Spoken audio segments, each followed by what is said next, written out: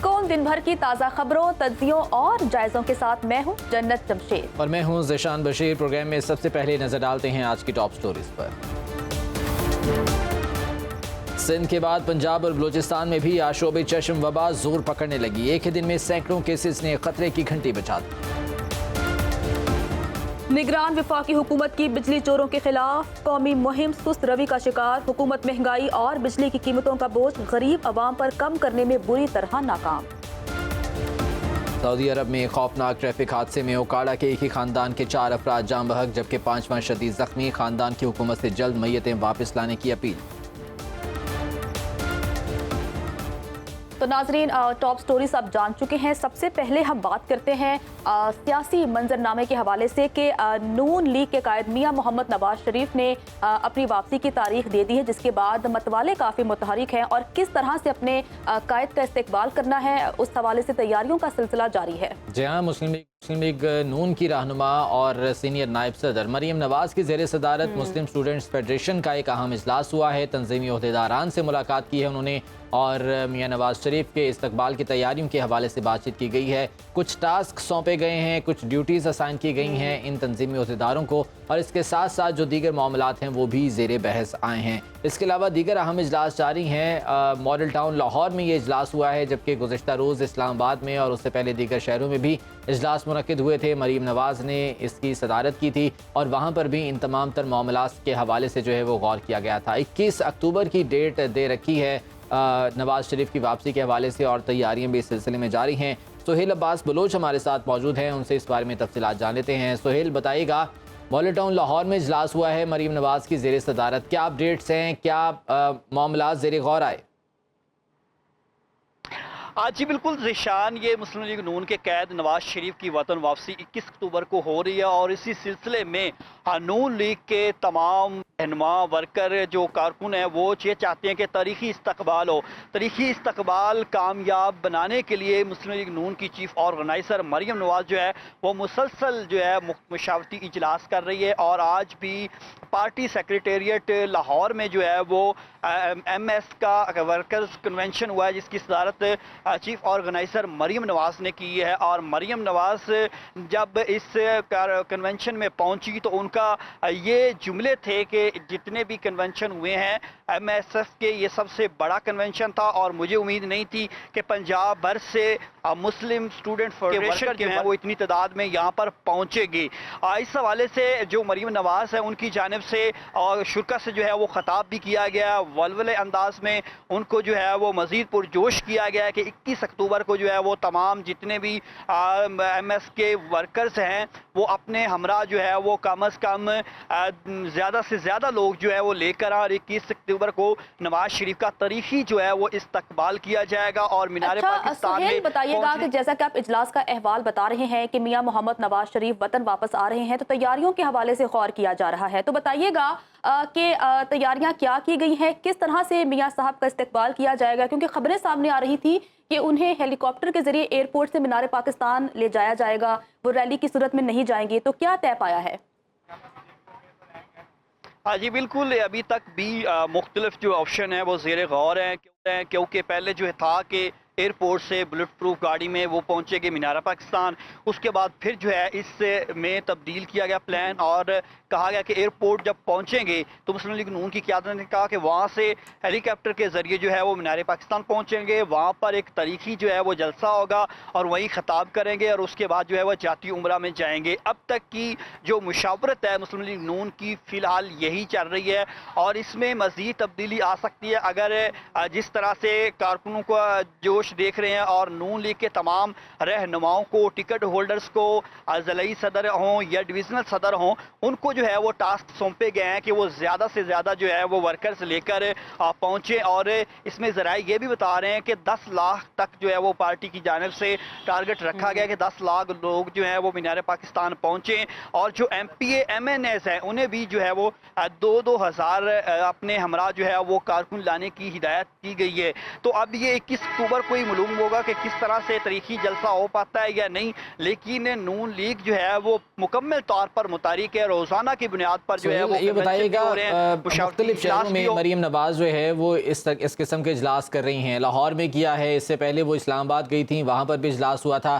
क्या ये इजलास सिर्फ पंजाब की हद तक महदूद हैं या दीगर सूबों में भी जाने का प्लान है मरीम नवाज का? जी, मरीम नवाज जो है इससे कबल आज़ाद जम्मू कश्मीर, रावलपिंडी, मरी, इस्लामाबाद, KPK में जो है वो कन्वेंशन कर चुकी है और वहाँ के ओहदेदारों से, तंजीमी जो ओहदेदार हैं उनसे मुलाकात भी की गई है। और टॉपिक यही था कि नवाज शरीफ की वापसी के इस्तकबाल की जो है वो भरपूर तैयारी की जानी है। उन्हें टास्क सौंपे गए हैं, जिम्मेदारियाँ दी गई हैं कि इस यादगार जो है वो इस जलसे को बनाना है। शायद ये जो कि सबका दौर में मीनार पाकिस्तान के अंदर जलसा होते रहे उनसे भी ज़्यादा कामयाब बनाने के लिए इस वक्त नून लीग जो है वो मुतहरिक है और नून लीग के तमाम जो सीनियर क़यादत है उनको भी बारहा इसी पर पाकिस्तान के जलसे को कामयाब बनाने के लिए नून लीग मुतहरिक है और तमाम तर तैयारियां की जा रही हैं। सुहेल अब्बास बलोच हमारे साथ मौजूद है। सुहेल, आपका बहुत शुक्रिया। आगे बढ़ते हैं और अब कुछ बात कर लेते हैं आशोबे चश्म के मर्ज की। सिंध दारुल हुकूमत कराची में आशोबे चश्म वबाई मर्ज की हैसियत इख्तियार कर चुका है। आशोबे चश्म न सिर्फ पंजाब बल्कि बलूचिस्तान में भी अब तेज़ी से फैल रही है। ये बीमारी हर साल दुनिया भर में लोगों को बुरी तरह से मुतासिर करती है। कराची में गुज़श्ता 10 दिनों से तेज़ी से ये फैल रही है और कराची के सरकारी अस्पतालों समेत प्राइवेट अस्पतालों में भी मरीजों की बड़ी तादाद इस बीमारी से मुतासिर होकर आ रही है। सबसे पहले आप रिपोर्ट देखिए, फिर मजीद बात करते हैं। खतरे की घंटी बज गई। सिंध के बाद अब पंजाब में आशोबे चश्म की वबा जोर पकड़ने लगी। पंजाब भर में आशोबे चश्म से मुतासिर होने वालों की तादाद 1300 से जायद हो गई। सिर्फ लाहौर के अस्पतालों में अब तक 500 से जायद केसेस रिपोर्ट हो चुके हैं, जबकि सियालकोट में आशोबे चश्म से बच्चे ज्यादा मुतासिर हो रहे हैं। आशोबे चश्म ने बलूचिस्तान के इलाके मकरान में भी वबाई शक्ल इख्तियार कर ली। मकरान के तीनों अजला पंजगोर, तुरबत और गवादर इनके मुख्तलिफ तहसीलों में आशोबे चश्म जैसे मुकामी जुबान में चश्मे दूर कहा जाता है, शिद्दत के साथ फैल रही है।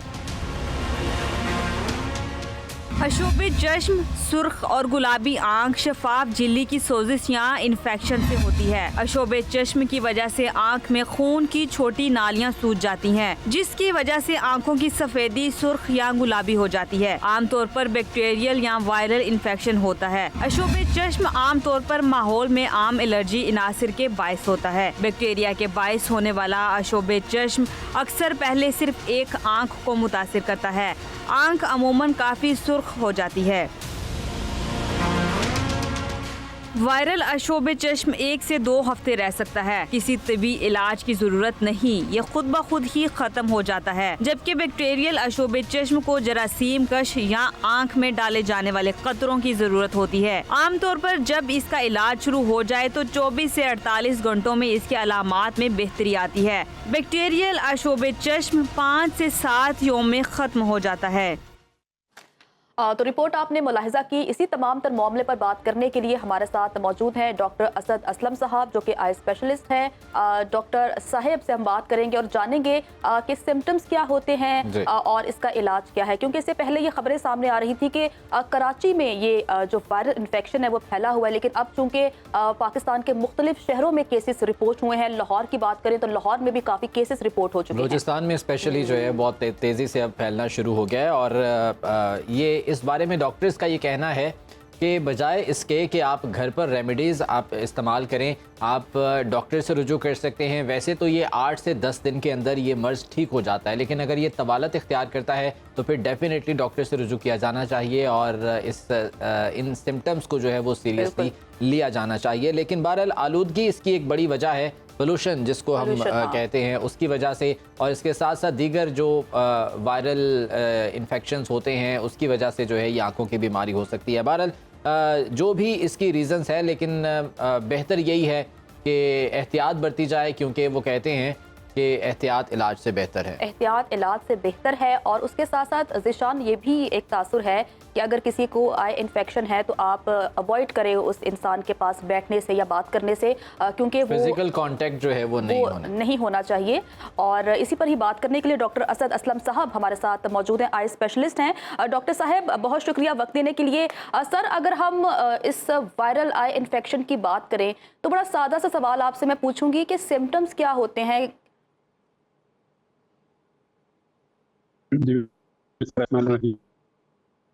सिम्टम्स हैं जी, पहले तो पानी निकलना, आंख सुरख हो जाना, आंख में खारिश होना और आंख सूज जाना। ये अमूमन 4 इलामात होती हैं इस वायरल इन्फेक्शन के, जिसको वायरल कंजक्टिवाइटिस या आशूब चश्म उर्दू में कहती है। ठीक है। और ये जब आशोब चश्म होता है तो उसके फौरी बाद क्या करना चाहिए? क्योंकि कुछ लोग ये कहते हैं कि जी आप पानी के छींटे मारें आंखों में, या आप जो है वो गुलाब भी कहा जाता है, रोज वाटर आप इस्तेमाल कर लें तो उससे बेहतर हो जाता है। तो इस बारे में क्या कहेंगे? देखें, इसमें 2 एस्पेक्ट्स हैं। एक तो प्रिवेंटिव ताकि ये फैले ना, और दूसरा क्यूरेटिव ताकि मरीज को इलाज क्या देना चाहिए। पहले मैं कि प्रिवेंटिव एस्पेक्ट पर आता हूँ कि ये बहुत तेज़ी से फैलता है। हाथ मिलाने से, बच्चों को प्यार करने से, अगर आप किसी जगह अपना हाथ किसी दरवाजे के नॉब के साथ अगर लगा दें और कोई दूसरा आदमी आके उस दरवाजे को खोले और अपनी आंखों को लगा ले तो वो फौरन ट्रांसफर हो जाता है। तो इसलिए अपना एहतियात बड़ी करनी चाहिए। मरीज को अपनी आंखों को हाथ नहीं लगाना चाहिए, बार बार अपने हाथ धोएं और किसी भी चीज को टच करने से पहले अपने हाथ जरूर साफ रखें। दूसरा इसमें यह है कि अपना तकिया, तौलिया, रुमाल हर चीज़ अलग रखें, क्योंकि अगर दूसरा शख्स मुतासरा शख्स की इस्तेमाल करेगा जो अशिया, तो ये फ़ौरन उसमें ट्रांसमिट हो जाएगा। तीसरी चीज़ ये है कि आप जो पेशेंट जो है वो किसी भी गैदरिंग में जाने से अवॉइड करे। देखिए, बच्चों में बहुत कॉमन नज़र आता है, एक बच्चे को स्कूल की एक क्लास के एक बच्चे को ये अशूब चश्म होता है, उसको माँ बाप स्कूल भेज देते हैं और वो सारी क्लास को ट्रांसमिट करके आ जाता है। इसलिए गैदरिंग में जाने से अवॉइड करें, क्या चश्मा इस्तेमाल करें। अब जो कहते हैं कि पानी के छींटे मारें, पानी के छींटे जो हैं, देखिए पानी कितना साफ है हमें नहीं मालूम, पहले ही आंख में वायरल इन्फेक्शन है। अगर पानी में कोई ऐसे जरासीम हो जो आप पानी से बार बार आंखें धो रही हैं, उसमें चले जाएं तो एक सेकेंडरी सुपर एडेड इन्फेक्शन हो जाएगी। तो इसलिए बजाय पानी के बार बार आंखें धोने से, पानी से आप डॉक्टर साहब, अमूमन होता ये है कि जब ये मर्ज किसी को लाहक होता है आशोब चश्म, तो आंखों में खारिश होती है, वो आंखें मलना बार बार, चूंकि वो पानी भी आ रहा होता है आंखों से, तो इससे क्या कॉर्निया डैमेज होने का भी खदशा हो सकता है? जी, ये मैं इसलिए कह रहा हूँ कि बजाय पानी से बार बार आंखें धोने से आर्टिफिशियल टीयर्स मिलते हैं बाजार से, वो आधे आधे घंटे बाद 5-5 मिनट बाद डालते हैं, उससे चुभन खत्म हो जाती है। और सबसे जरूरी बात, पेशेंट को आंखें बिल्कुल मलनी नहीं चाहिए, क्योंकि कॉर्निया जो बहुत ट्रांसपेरेंट हिस्सा है आंख का, अगर आप मलेंगे तो जो वायरस उसमें ट्रांसफर हो जाएगा और उसमें फिर जख्म होंगे, फिर जब हील होगा तो वो उसमें सफेदी आ जाएगी और बिनाई बुरी तरह मुतासर हो जाती है। अच्छा अब डॉक्टर दूसरा साहब, एस्पेक्ट आता है जी अपनी बात मुकम्मल करें। अब दूसरा एस्पेक्ट आता है इलाज। इसके इलाज के लिए आप आई स्पेशलिस्ट को मिलकर एंटीबायोटिक ड्रॉप इस्तेमाल करें, आपने कोल्ड स्पंजेस करें, यानी ठंडे पानी के छींटे न मारें, किसी चीज को ठंडा करके, प्लास्टिक के बैग को, कपड़े ठंडा करके उससे कोल्ड स्पंजिंग करें बाहर से, और आर्टिफिशियल टीयर इस्तेमाल करें। ये बेसिकली इसका इलाज है।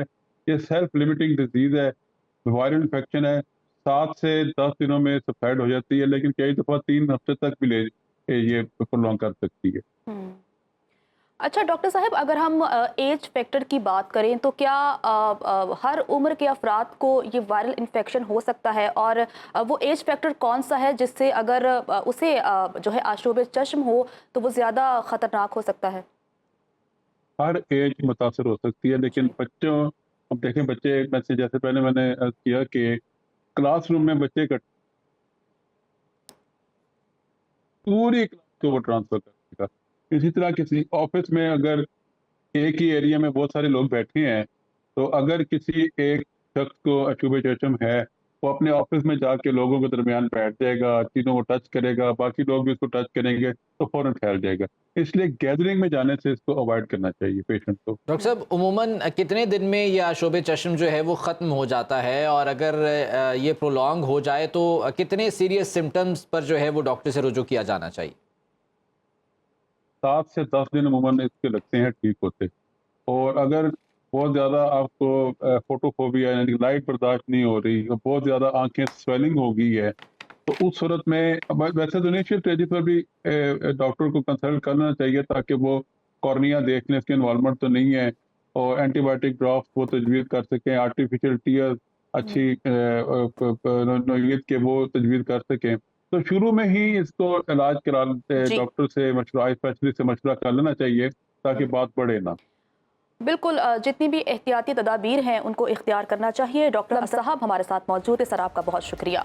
नाजरीन, अब आगे बढ़ते हैं और अब बात कर लेते हैं कि निगरान विफाकी हुकूमत ने बिजली चोरों के खिलाफ कौमी मुहिम का आगाज़ कर रखा है। लेस्को, फेस्को, आइस्को, मेपको समेत तमाम बिजली तकसीमकार कंपनियां इस बिजली चोरी मुहिम में भरपूर शिरकत कर रही हैं, जबकि बिजली चोरी रोकने में निगरान हुकूमत इस मुहिम में कितनी कामयाब हुई या नाकाम, इस बात का अंदाज़ा इससे लगाया जा सकता है कि बिजली चोरों से बकाया जात की मद में 589 अरब रुपए वसूलियों का अंदाजा लगाया गया था। इन्हीं आदादो शुमार पर मबनी आपको एक रिपोर्ट दिखाते हैं।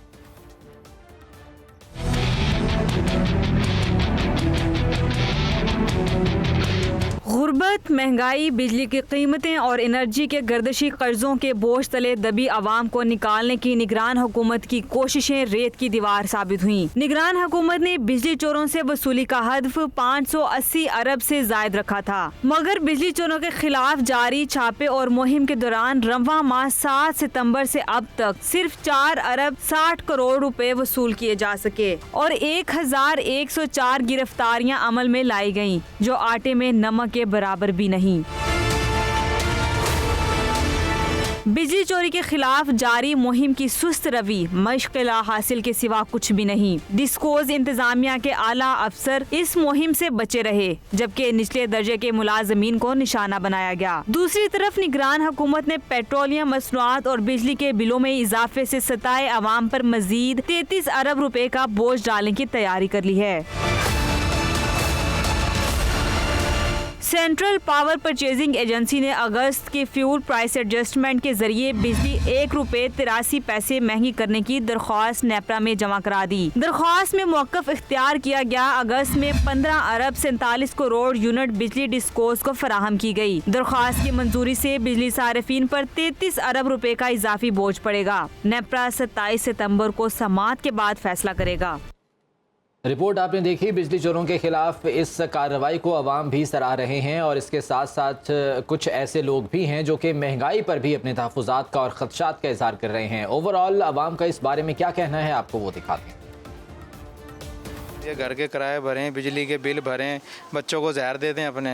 हमारे को तो जलील कर दिया इस हुकूमत ने। अब तो बस दिल ये करता है कि या तो इनको मार दे या खुद मर जाए बंदा। बिजली के ऊपर हर चीज़ डिपेंड करती है। कारोबार करना मुश्किल हो गया, घर चलाना मुश्किल हो गया। घर के अखराजात जो है वो हर मिडिल क्लास बंदा तो नहीं बर्दाश्त कर सकते। ये कहूँगा कि इतनी आजकल लोगों की तनख्वाहें नहीं है जितने बिजलियों के बिल हैं, और अगर वो बिजली का बिल भर दें तो वो घर का बजट चलाना मुश्किल हो जाता है। कमाने वाला पिस के रह गया, जब वो बिजली का बिल भरे, जब बच्चों का पेट पाले। हमारी गवर्नमेंट उस माफिया से है कि रोज़ रोज़ के मरने से एक दफ़ा ही मार दें, चलो जान छोड़ जाए। ये चोर माफिया ये खुद पैदा करते हैं, इनको ही पता होता है कि कौन चोरी कर रहा है। इससे पहले कोई खबर नहीं थी। अब तो हमने एसी चलाना भी छोड़ दिया, बिल इतना ज़्यादा आने लग गया था। सारी तनख्वाह तो हम बिजली के बिलों में भर देते हैं, तो आज अब दोबारा इन्होंने रेट बढ़ा दिए तो समझ नहीं आ रही कि अब बच्चे पाल लें, बिल भरें या क्या करें। हमारी तो समझ से बाहर।